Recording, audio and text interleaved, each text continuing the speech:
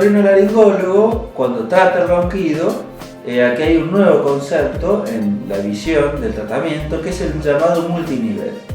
Este nuevo concepto vino también gracias a las nuevas tecnologías que se encuentran a disposición del tratamiento del ronquido. Y multinivel significa evaluar bien los distintos niveles de la vía aérea alta, como les he dicho, nasal, orofaringio e hipofaringio, y poder tratar cada nivel, el que mayor esté comprometido, con la tecnología adecuada para cada paciente. Por eso nunca hay dos roncadores iguales.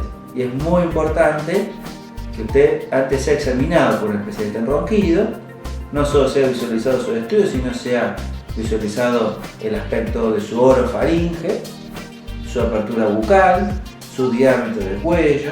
Se ha hecho algunos estudios como en la rinofibrolaringoscopía, que aquí en el centro realizamos con distintas maniobras, y a partir de allí tener un topo diagnóstico de estos multiniveles. Y allí yo le hablaría un poquito de lo que en el centro nos especializamos para el tratamiento de ronquido, que es el uso de la radiofrecuencia bipolar, intersticial, bien llamada coagulation, que sería el nombre del primer equipo.